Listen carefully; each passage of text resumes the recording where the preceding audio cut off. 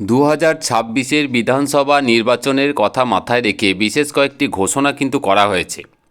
একদিকে যেমন pay commission মানে রাজ্যের সপ্তম পে কমিশন গঠনের কথা বলা হয়েছে, তারই পাশাপাশি সরকারি কর্মচারীদের জন্য 4% ডিএর কিন্তু কথা ঘোষণা করা হয়েছে। কিন্তু আমরা জানি যে 5ই ফেব্রুয়ারি সেদিনই কিন্তু সুপ্রিম কোর্ট থেকে একটি 25% বকেয়া ডিএ দেওয়ার অর্ডার পাস হয় এবং যার প্রথম কিস্তি কিন্তু মার্চ মাসের 6 তারিখের মধ্যে কিন্তু মিটিয়ে দিতে হবে। তো এই সংক্রান্ত একটা অর্ডার পাস হয়। এখন মূলত আলোচ্য বিষয়গুলো কিন্তু এগুলোই হয়ে উঠেছে এবং আমরা অনেকেই হয়তো সন্দিহান যে আদৌ এই এতগুলো জিনিস একসাথে করা কতটা সম্ভব। তো এই বিষয়গুলো নিয়ে আজকে ছোট করে একটি আলোচনা করব, আর অবশ্যই আলোচনা শেষে আপনাদের মতামত কিন্তু আমি চাইব। আপনারা অবশ্যই এই সংক্রান্ত বিষয়গুলোতে আপনাদের মূল্যবান মতামত কমেন্ট বক্সে জানাবেন। তারই পাশাপাশি বলে রাখি যে একটি ডিএ ক্যালকুলেটর আমি আপনাদের সামনে রাখবো ডেসক্রিপশন বক্সে বা কমেন্টে, আমার লিঙ্ক দেওয়া থাকবে। ওখান থেকে যে 4% ডিএ বাড়ছে তার যে কত হিসাব হচ্ছে সেটা আপনারা কিন্তু নিজে থেকেই করে নিতে পারবেন, আমি কিন্তু দেখিয়ে দেব। তো দেখুন, প্রথমেই বলি যে 4% যে ডিএ, সেই ডিএটা যেটা ঘোষণা করা হয়েছে সেটা আমরা প্রত্যেকেই জানি যে সেটা এপ্রিল থেকে কিন্তু লাগু হবে, মানে মে মাসের প্রথম দিকে মে মাসের বেতনের সাথে 4% ডিএ পশ্চিমবঙ্গ রাজ্যের সমস্ত কর্মচারীরা পেয়ে যাবেন। এই বিষয়ে কিন্তু কোনো রকম সন্দেহ নেই, প্রত্যেকেই কিন্তু 4% ডিএ পেয়ে যাবেন। এবার মূলত যে বিষয় দুটি একটা বিতর্কের জায়গায় দাঁড়িয়ে আছে সেটি হচ্ছে পে কমিশন এবং 25% বকেয়া ডিএ। দেখুন, আপনারা অবশ্যই আপনাদের মতামত জানাবেন। আমি নিতান্তই আমার নিজস্ব মতামত আপনাদের সামনে উপস্থাপন করছি। বিষয়টা হচ্ছে যে 25% বকেয়া ডিএ দেওয়ার যে সুপ্রিম কোর্টে অর্ডার এসছে, অবশ্যই সেটি ভোটের আগে কার্যকরী হওয়া দরকার বলে আমি মনে করি।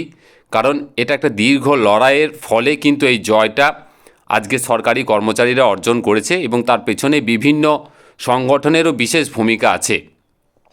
তো সরকারের অবশ্যই এই 25% ডিএ নিয়ে আর টালবাহানা না করে এটি অবশ্যই কিন্তু মিটিয়ে দেওয়া উচিত। ভোট ব্যাংকের কথা মাথায় রেখেও কিন্তু মিটিয়ে দেওয়া উচিত। কিন্তু সেদিনই একটা প্রেস কনফারেন্স যখন চলছিল তখন কিন্তু আমরা মাননীয় মুখ্যমন্ত্রীর মুখে শুনতে পাই যে এই 25% বকেয়া ডিএর বিষয়টি কিন্তু ওনারা চিন্তাভাবনা করবেন।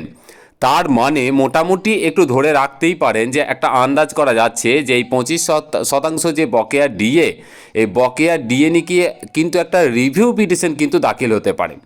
যেমন আমরা দেখেছি যে শিক্ষক মহাশয়দের টেট সংক্রান্ত বিষয়ে একটা রিভিউ পিটিশন দাখিল হয়েছে এবং তার ভবিষ্যৎ আপনারা প্রত্যেকেই জানেন। তো যদি 25% বকেয়া নিয়ে একটা রিভিউ পিটিশন ফাইল হয় তাহলে আপাতত নিশ্চিন্ত থাকুন যে ভোট কিন্তু পেরিয়ে যাবে, তারপরে হয়তো কোনো ফয়সালা হলেও হতে পারে। দেখুন, এর আইনি দিক অনেক রকম আছে, আমরা ওইসব জটিলতায় যাব না।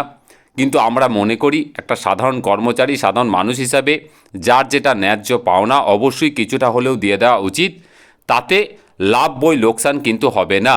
কিন্তু মনে হচ্ছে যতটা যে রিভিউ পিটিশনের দিকে কিন্তু সরকার যেতে পারে, যদিও এটা এখনও কিন্তু ফাইনাল ডিসিশন কিছু হয়নি, কারণ একটা বৃহৎ অঙ্কের টাকার কিন্তু এখানে ব্যাপার আছে।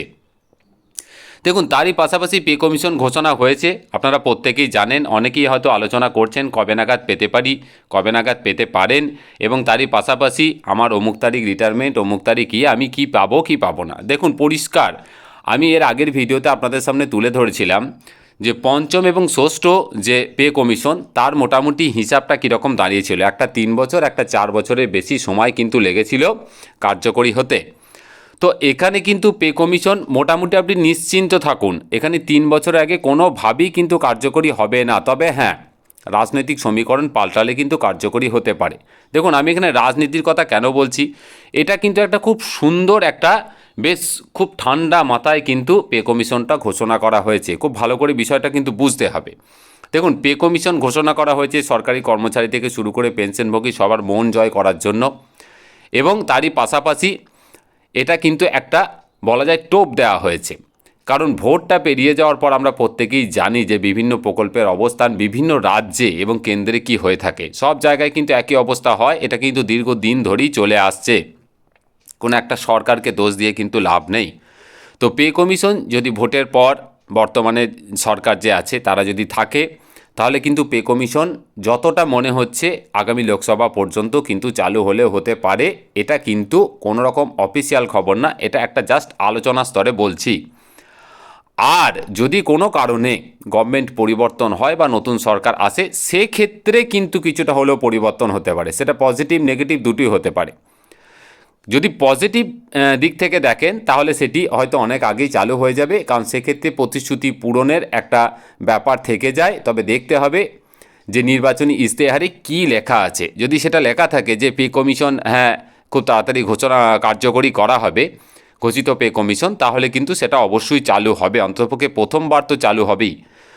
আর না হলে কিন্তু সেটা অনেকটা দেরিও হয়ে যেতে পারে, কারণ নতুন সরকার আসার পর যদি আসে তাহলে সেক্ষেত্রে নতুন সরকার গঠন থেকে শুরু করে যাবতীয় প্রক্রিয়া এবং পুরনো সরকারের যে কাজ কর্ম কতটা কি কন্টিনিউ করবে সেই বিষয়ে কিন্তু যথেষ্ট সন্দেহ থেকে যায়, কারণ নতুন সরকার যারা থাকে তারা কিন্তু নতুনভাবে চিন্তাভাবনা করে।